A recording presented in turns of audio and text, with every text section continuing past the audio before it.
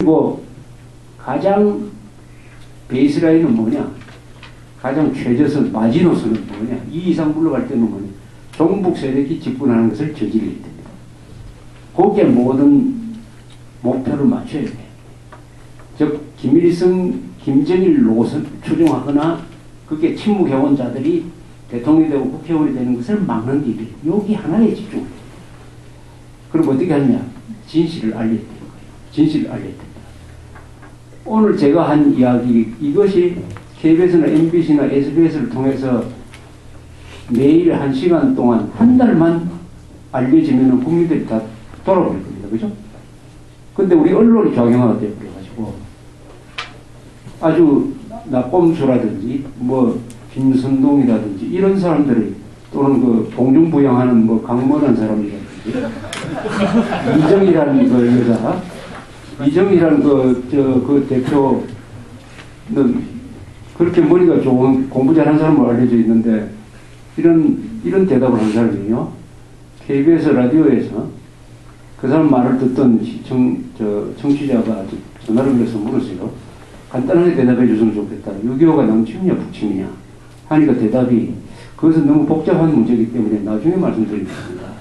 이렇게 이야기한 사람이에요. 그럼 그 사람이 머리 좋은 게 뭡니까?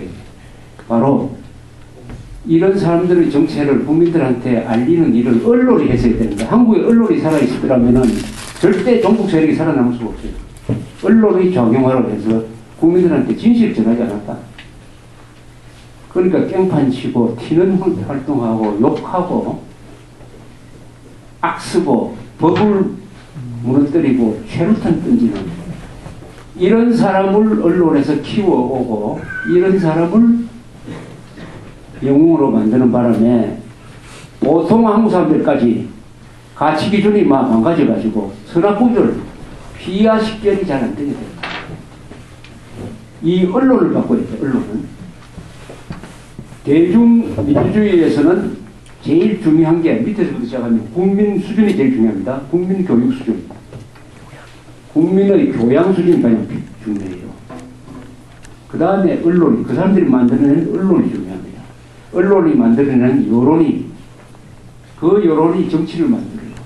근데 처음부터 잘못됐어. 우리 국민들의 교양이 엉망진창이에요. 왜 엉망진창이냐? 희한한 일입니다. 교육 수준은 최고라고 그랬어요. 네, 여러 번 강조했습니다.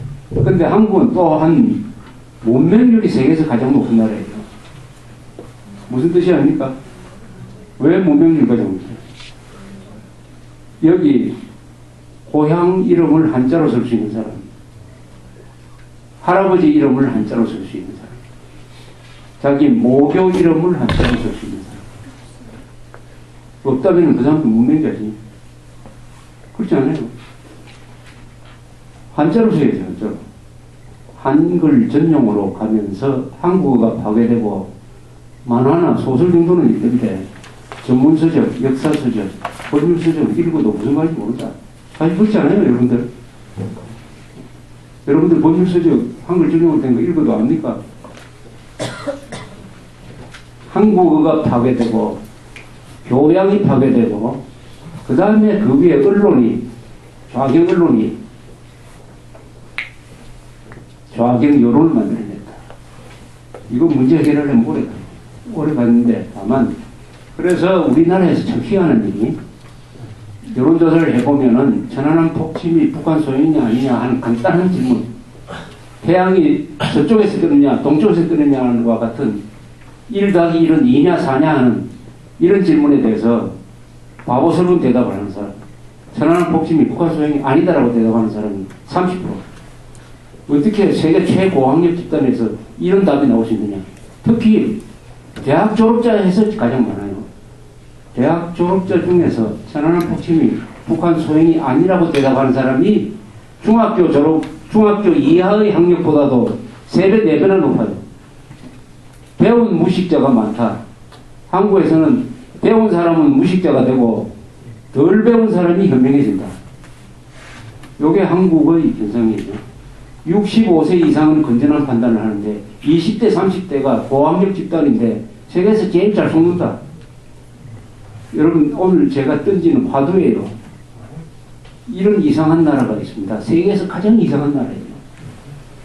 세계에서 가장 IQ가 높고 세계에서 가장 교육을 잘받는 사람들이 세계에서 가장 선동이 잘 넘어간다. 그 이유를 찾아내세요, 여러분들. 여러분들이 그걸 화두로 가지고 그 대답을 찾아내야 돼. 그 하나는 한글 전형입니다. 한자 말살 한글 전형에 의해서 한국어가 파괴됨으로써 어려운 책을 못 읽게 되었다. 그래서 낙곰수 수준의 이야기를 들어야 이해가 간다. 전원책 변호사 쓴 자유의 적들이라는 책은 매우 쉽게 쓴 책이에요. 그것도 어렵다고 하면 안 되지. 그 이상 쉽게 쓸 수가 없어요. 독해력의 문제가 있어요. 한국 사람들 독해력이 세계에서 가장 낮다는 거 알아요?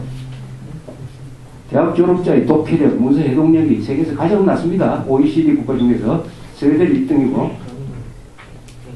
그래서 한자를 여러분들이 지금 늦지 않았으니까 한자를 공부를 해가지고 한국어를 제대로 구사하는, 그래서 인문을 익히는 사람. 인문이라는 게 뭐냐? 역사, 철학, 문화. 역사는 민족이 걸어온 길, 철학은 세상의 사물의 원리를 알게 하는 것, 문학은 인간을 알게 하는 것, 인간의 본질을 알게 하는 것. 이것이 인간의 기본이 되어야 그 사람이 교양 있는 인간이 돼요. 이게 바탕입니다. 이게 예술과 뭡니까? 체육이 되어야죠. 체육이. 그래서 이런 상황에서 단기적으로 보면 일단 종북 세력의 집권을 막아야 되는데, 다행히 김정일이가 죽었기 때문에 이 종북 세력의 정체를 국민들한테 폭로하는 일을 하기가 쉽게 됐어요. 이런 말이 있습니다. 진실을 알리는 것이 가장 큰 혁명이다. 거짓말이 판치는 사회에서는 진실을 알리는 것이 혁명이다. 여러분들이 할 일은 이 진실을 알리는 겁니다. 그러려고 하려면 한국 현대사의 진실을 알아야지. 그럼 책을 읽어야죠. 여러 사람 이야기도 들어야죠. 오늘 제가 이야기할 시간은 제한적이지만, 제가 한 10몇 년 동안 써가지고 축적해 놓은 자료는 조갑제닷컴으로 들어오면은 그 키워드에 궁금한 것을 치면은 다 나와요. 광주사태 치면은 광주사태에 대한 이야기가 수백 건이 있습니다. 그것을 많이 활용하세요. 한국 현대사에 대해서, 시사 문제에 대해서, 이념 문제에 대해서, 북한에 대해서 궁금하신 분이 있으면은 조갑제닷컴으로 들어와가지고 거기서 기사 검색을 하세요. 거기서 아주 쉽게 쓴, 어렵게 쓴 나눌 것이죠. 쉽게 쓴 답이 거기 있을 거라고 생각을 합니다. 그런데 원래 우리 민노당 해산을 해야 돼요. 민노당이라는 저런 정당은 우리가 존재할 수가 없는데, 이명박 대통령이 저 정당을 해산 조치를 하지 않았어요. 해산은 헌법재판소가 하게 돼 있는데, 그 과정을 밟지 않은 것은 아주 역사적 과오로 남게 될 것입니다. 그러나 김정일이가 죽었다는 것은 중요한 결과예요. 종북 세력이 추종하는 목표가 사라져버렸어요. 이 종북 세력은 어떤 식으로 평할까? 내가 고심을 하다가 얼마 전 12월에 보니까 이 폴란드 사람인데 북한 인권운동을 하는 사람이에요. 요안나 오사니악이라는 여자분인데, 이분 인터뷰 기사를 읽어보고 제가 무릎을 쳤습니다. 종북 세력에 대해서 어떻게 생각하십니까? 라고 기자가 질문하니까 오사니악이라는 여자분이 첫 마디가 그 사람들 정신이 이상자 아니에요? 라고 이야기를 했습니다. 여기 정답이에요. 제가 이야기하면은 야, 또 너무 과격한 이야기한다 이러겠지만, 북한 인권 운동하는 이 사람은 자기를 사회민주주의자라고 그랬어요. 즉 좌파라는 뜻입니다. 유럽 좌파의 눈에 비친 한국의 종북 세력은 정신 이상자다. 여기에 또 한마디를 붙였어요. 국제사회에서는 한국의 종북 세력을 김정일보다도 더 조롱합니다. 김정일보다 더 나쁜 사람이 종북 세력이에요. 그러니까 이 종북 세력이 얼마나 도덕적으로 형편없는 인간 집단이냐. 그 종북 세력이 누구냐? 바로 진보통합당이죠. 그죠? 그럼 민주당 상당 부분이 그쪽으로 지금 가고 있어요. 여러분들이 자신있게 진보통합정당으로 대표되는 종북 세력의 문제점을 폭로를 해야 됩니다. 자신있게 해야 돼요. 악당 편에 들었어요. 악당이 아니에요. 악마지. 악마의 졸개를 우리가 무슨 좋은 말로 붙여줄 필요가 없어요. 그만한 확신을 가질 수 있도록 여러분들이 무장을, 사실 무장과 논리 무장을 하셔야 될 것이다. 이렇게 생각됩니다. 됐습니다. 그 다음 질문은 여기 써온 걸 내가 두 가지가, 이거 많다, 이거. 너무 많은데. 질문입니다. 이승만 대통령의 재평가 시도에 관해서 독재자라는 오점이 그것을 긍정적인 부분까지도 깎아내리고 있다는 생각이 듭니다. 일민주의에 대해 그것이 파시즘이라는 지적이 있는데 우리는 어떻게 대응해야 합니까? 가면서 이 질문하신 박선 마지막 글자가 뭐죠? 박선후. 박선후 씨. 일민주의는 뭘 의미하는 거죠? 이승만 대통령이 처음에 시로 들고 나서 이제 대한민국이 처음에 민도가 일정적인 민주주의를 실현할 수 없는 낮은 민도였기 때문에 그것을 다시 실현해야 된다라고 해서 이승만 대통령이 처음에 국시로 삼았던 그런 사상이라고 들었죠? 네, 들고 있습니다.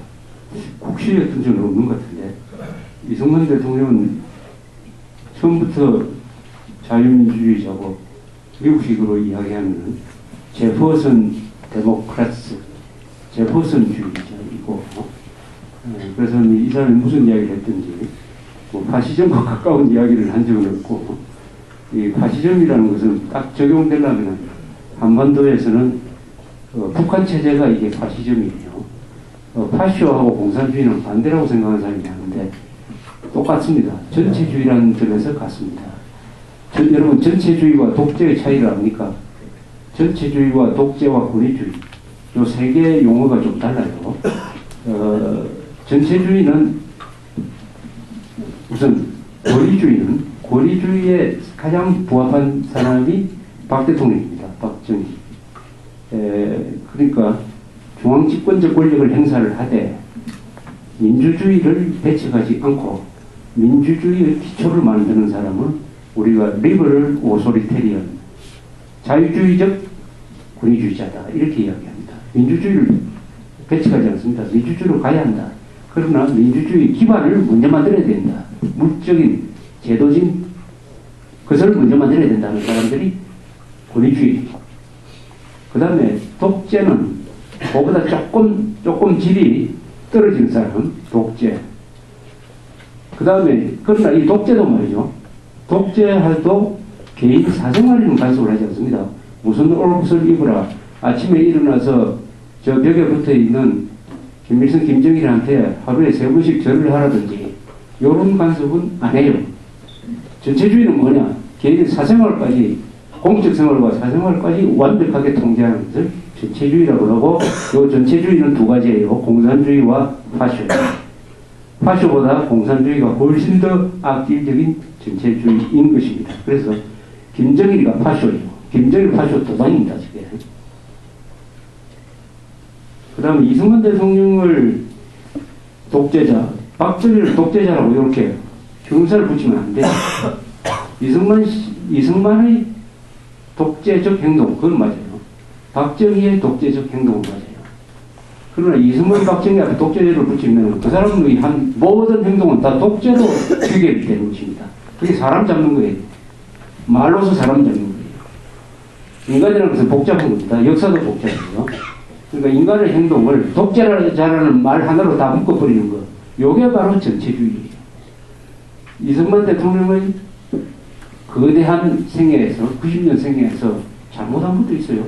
실수한 것도 있습니다. 그러나 잘한 것이 많기 때문에 그것을 듣는 거예요. 독재한 것도 사실이에요. 그러나 더 오랜 기간 동안 민주주의를 했어요. 그러면 그 사람을 독재자라고 하면 안 되지. 이승만의 독재, 행위를 비판을 해야 되지 인간을 절단내버리면 안 된다. 김정일은 독재자라고 해야지. 김정일은 한 번도 민주주의를 한 적이 없기 때문에. 그래서 이제 뉴욕타임스 톱기사가 딕테이트 김정일 다이스 서든리 이렇게 되어 있더라고요.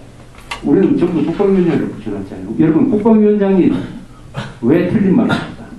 국방위원장이 왜 써서는 안 되는 말입니까? 북한은 국가로 인정하지 않는. 그렇죠. 북한은 국가로 인정하지 않는데 나라 국자를 썼다. 대한민국에서